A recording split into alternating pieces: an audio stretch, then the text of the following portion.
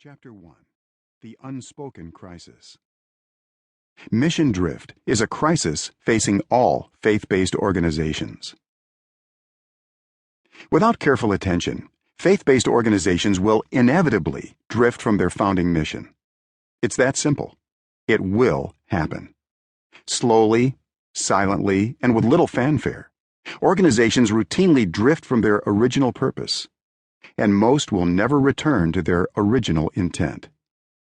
It has happened repeatedly throughout history, and it was happening to us.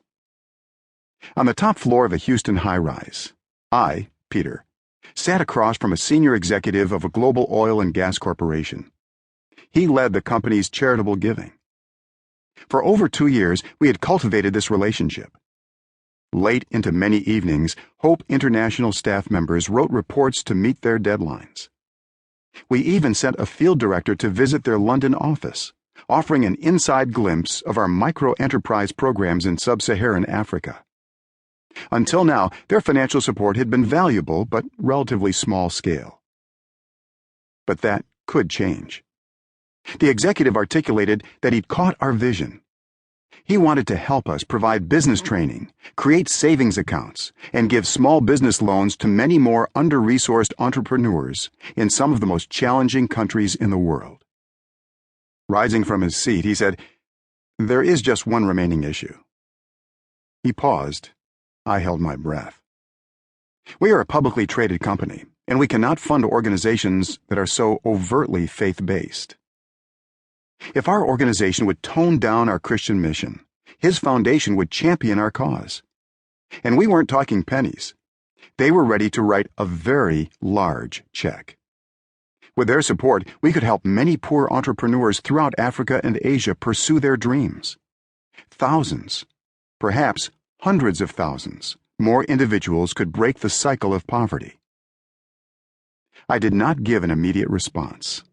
Instead, I thanked him for the offer and headed to the airport. I didn't know what to do. Everything in me wanted to make this work. We were friends. The company possessed extraordinary giving potential. I respected its leaders, and we were cash-strapped.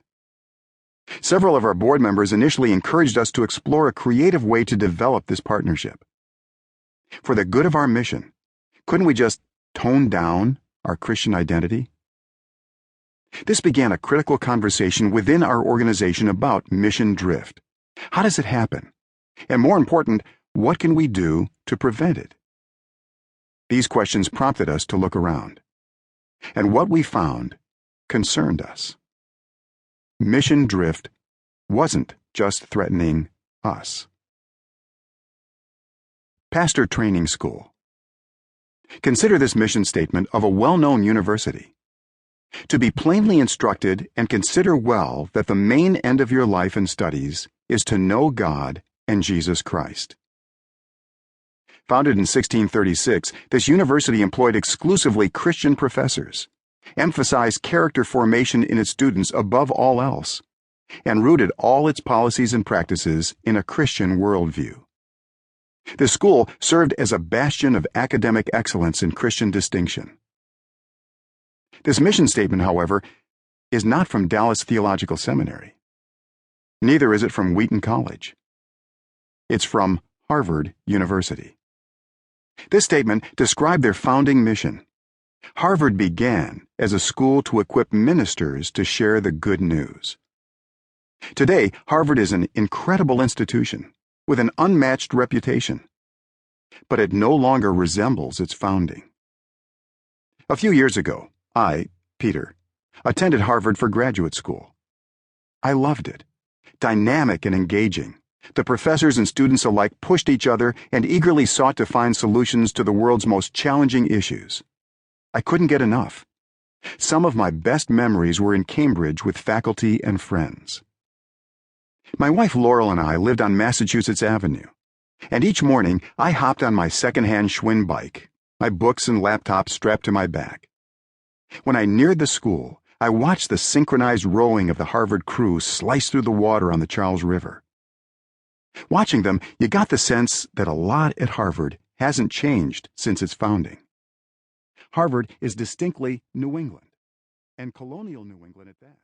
To keep listening to this audiobook, I've left you a link in the description so you can do it, at no cost thanks to Audible's 30-day free trial.